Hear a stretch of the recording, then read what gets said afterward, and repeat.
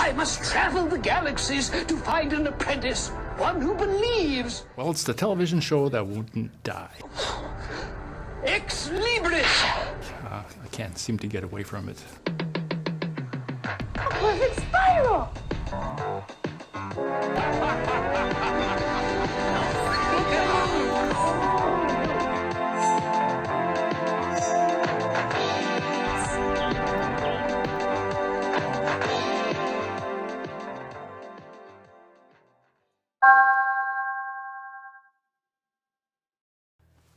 Slate. All right. My name's Ed Jakober. I produced and directed Storylords. Back then, I looked forward to doing that type of program. I did a lot of children's programming. In fact, one of the things I did with Storylords that was really kind of uncommon actually was the fact that all the children's programs have a 30-second open. They have a little animated thing with a song that plays, and you got an opening shot of Norby playing with the football outside or goofing around with his toys, and it kind of gives a different open every single time you watch the show. So the show itself, the way it was written, and the content is what really should take the credit for it. If it had no content, it had no meaning, it wasn't meant to be great art or anything by that means. I think Larry came in, he was our main guy, and he kind of set the tone. I mean, we were going to go big. We were going to have fun with this, and that's how we approached the whole thing too. There's no point in being serious at all.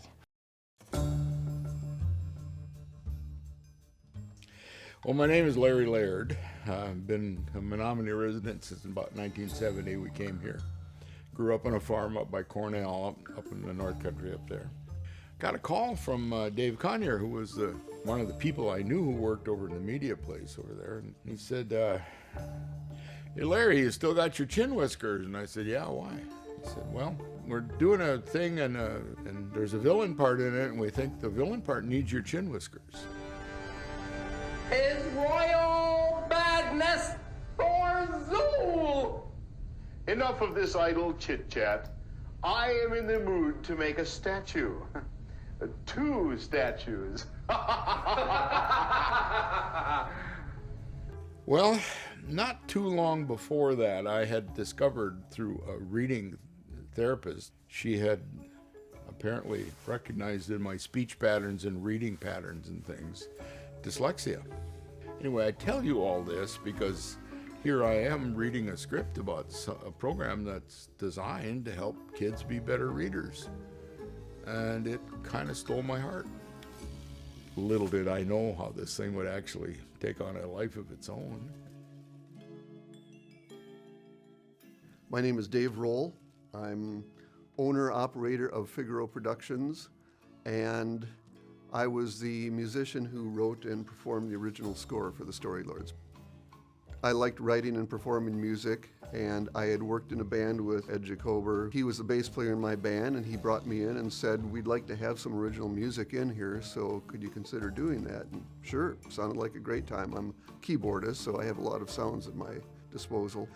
Thorzool has a particular theme. When you hear that synth growl, you know that big old motorcycle is coming down. You know he's going to appear soon.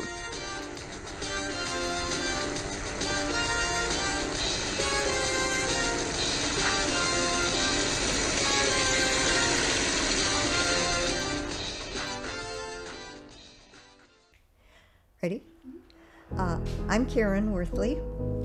I played the part of Mrs. Framish on Storylords. You made connections between what you saw in the picture and what's in your head. Holy moly! It was wonderful fun. At the time that Storylords was in the process of getting going, I had a chance to talk to Rosemary.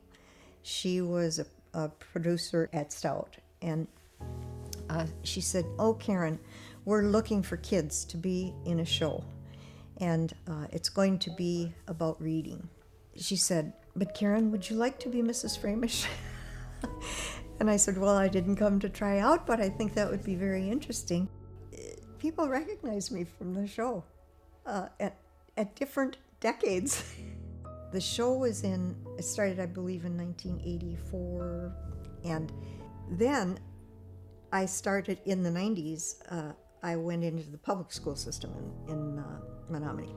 One day, after the second graders had seen the last episode, these two little guys came in and said, "Mrs. Worthley, we know who you really are." Rapacious curve. I bust my butt trying to rule the universe. Do you know what I caught him doing the other day? Normally what I would do, there'd be a gymnasium or a library or something, there'd be a lot of kids on the floor, and I just need a path and a kind of a storytelling space. So I'd get right in among them. So when I emoted and spit and sweat, it would get right on them, you know, things like that. Do you mean to tell me that you bozos are doing all this reading on your own? And I noticed that everybody had a big yellow button, Year of the Reader. Everywhere I looked, walking in the school and whatnot, I said, get one of those buttons, pin it right in the middle of my cape, right in the back. Makes the contact.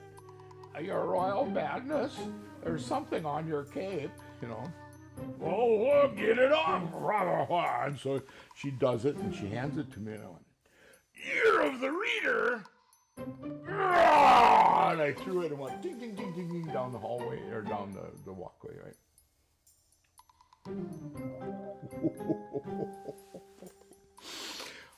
I threw away one of their buttons. This was it was another one of those moments where it got chilly. It got chilly in a hurry. Hearing that it was that long running a series and that it still meant something to people, even though it was almost 40 years ago, it means a lot to me. And that sort of brought it full circle after all those years.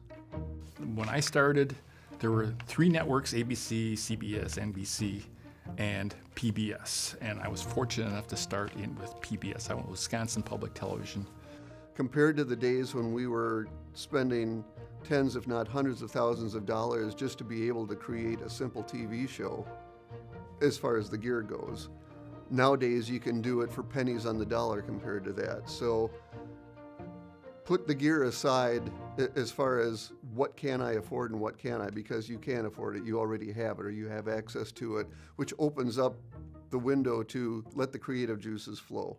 Stout was getting these contracts from Wisconsin to do these educational things for, for the kids, and we did those for several years. And that's so nice that a town at the time, which was 15,000 people, could have that impact, and that encouragement could keep on going. I'm happy about that.